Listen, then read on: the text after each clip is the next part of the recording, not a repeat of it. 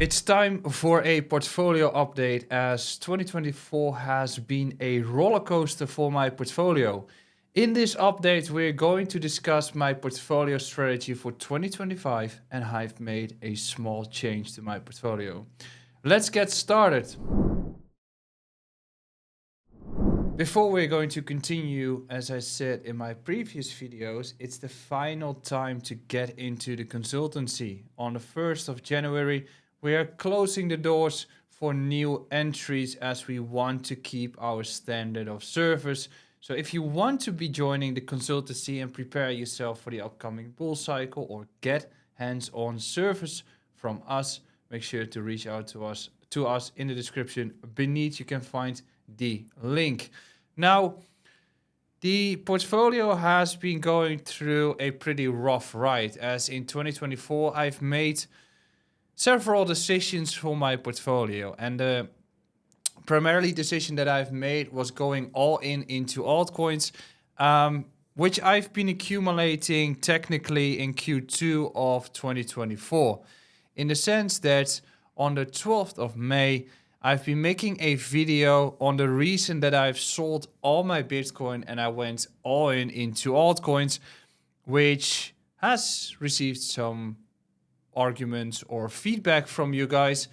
And during that video, I actually explained why I wanted to go into my altcoin exposure, of which a month later, on the 6th of June, I swapped my portfolio as I basically sold the older coins like Atom and Chainlink, and I went into newer coins because they are likely going to provide a higher return for me in the upwards bull market.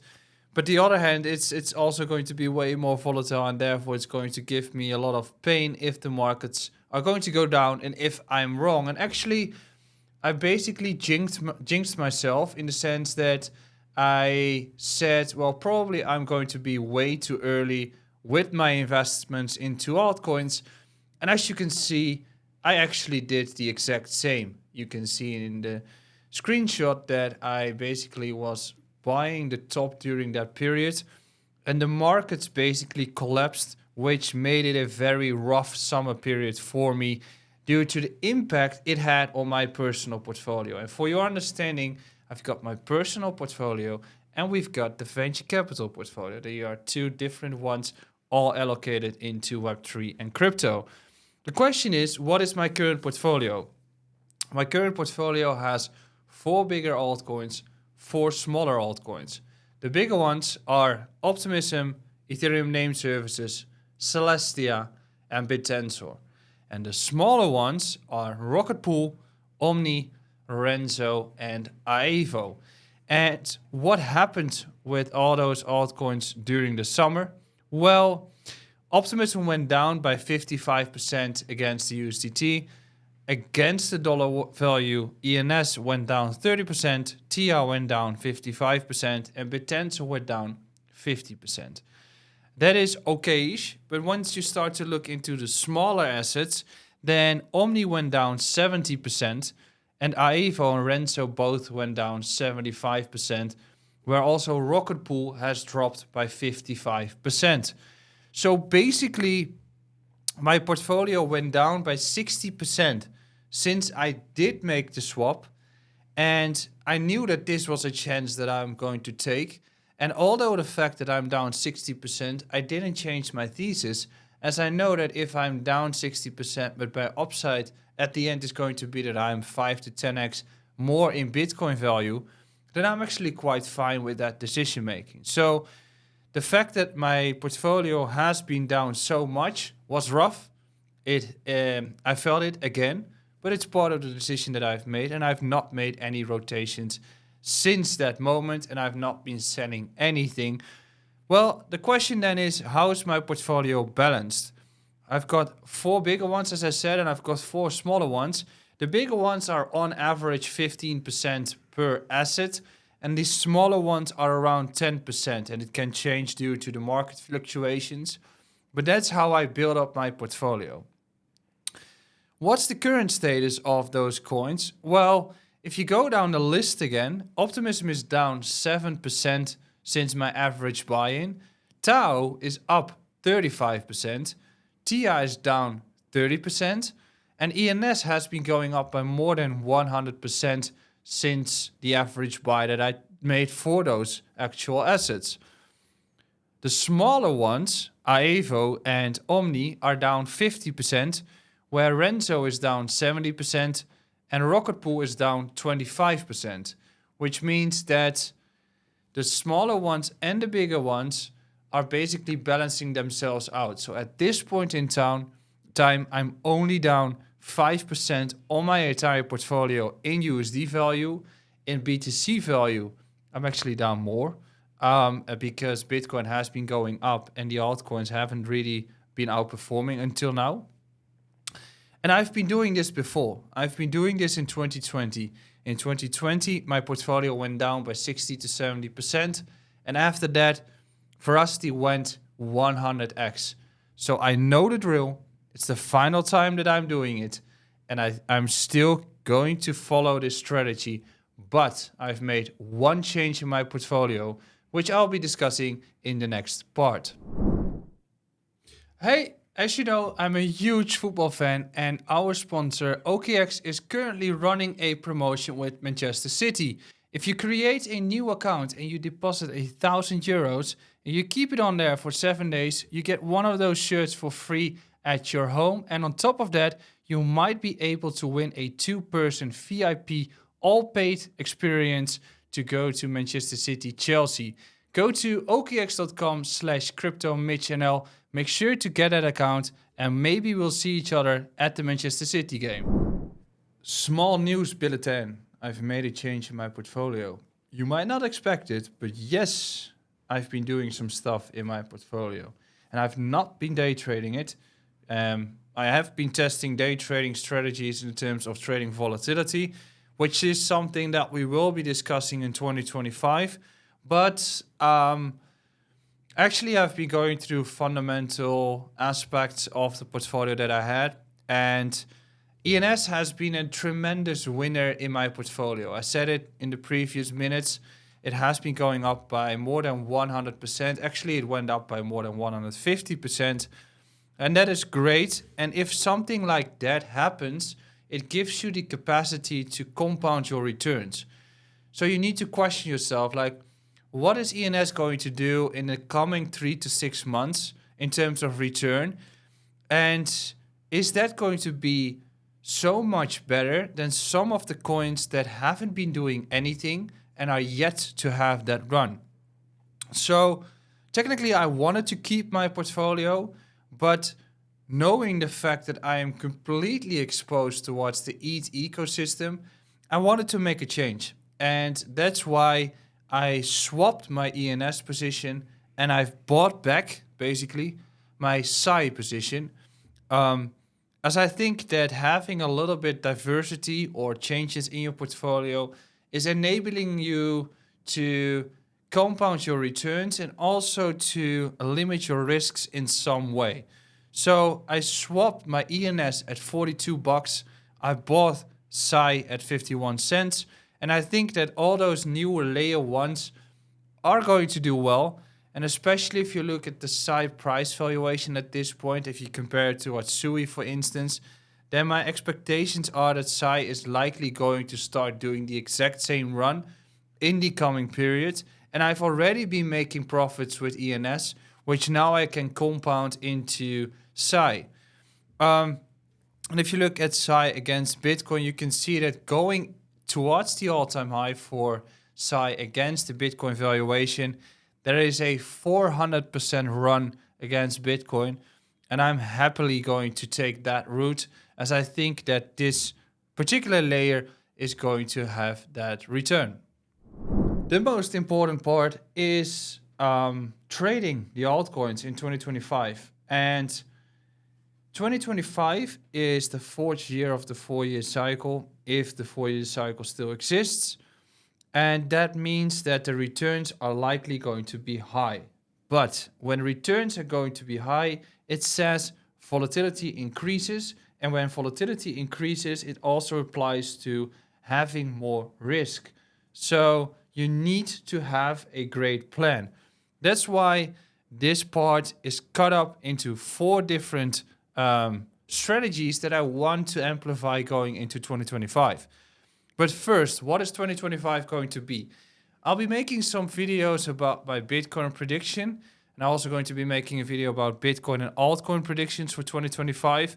But we are going to find out if the 4-year cycle is going to happen again, so we peak in Q4 of next year, or whether we're going to be seeing an extended cycle. On top of that, we've also seen that the inflow has been super positive for Bitcoin in 2024. Likely we're going to see a continuation of that inflow taking place next year as well, as this year has seen 35 billion. And on a macro perspective, we'll be discussing this in another video, but the yields are still very high. The money M2 supply for the US hasn't really go up. It's still yet to expand. The global supply has been expanding as primarily China and Asia has been expanding their economies through printing money. So I think that that is going to open up the opportunities for crypto to do really well. And that's why I think that the returns for altcoins are going to be great. But the question is going to be whether we're going to peak in the upcoming year or whether we are going to have an extended cycle. As at this point in time, people are very much, continuing to focus on the fact that we had 3 cycles peaking in 4 years after each other, that because that has been happening, it must happen again. And I don't believe that that's going to be the case. But strategy-wise, the first thing is I'm looking to start scaling out of my positions when we get towards the March highs, which, depending on the structure of the markets, it's either going to be the USD values or the Bitcoin values. I think that I'll be using the USD values as my first benchmark to just take some off the tables. Because if you look at optimism, for instance, that is still a 2x from here against the US dollar value. For SAI, this is even more than that. It is a 2.5 to 3x. And if you look at the BTC valuations, for instance, for SAI, it's a 400% increase. So I think the USD valuation is going to be the first one. And from there, I start scaling out more, the higher it goes. The reason for that is that if we are going to have a peak next year, the further you get into that cycle, the higher the altcoin valuations go, the lower your actual allocations towards them should be. And especially if the valuations of your portfolio start to increase, you need to get more into base pairs, which might be ETH, which might be Sol, which might be Bitcoin or Tether. And for me, at this point in time, if we get towards those March highs, I'm looking to start getting out of my positions, and my initial take profits are going to be between 15 to 25%, which I rotate towards ETH as my base pair.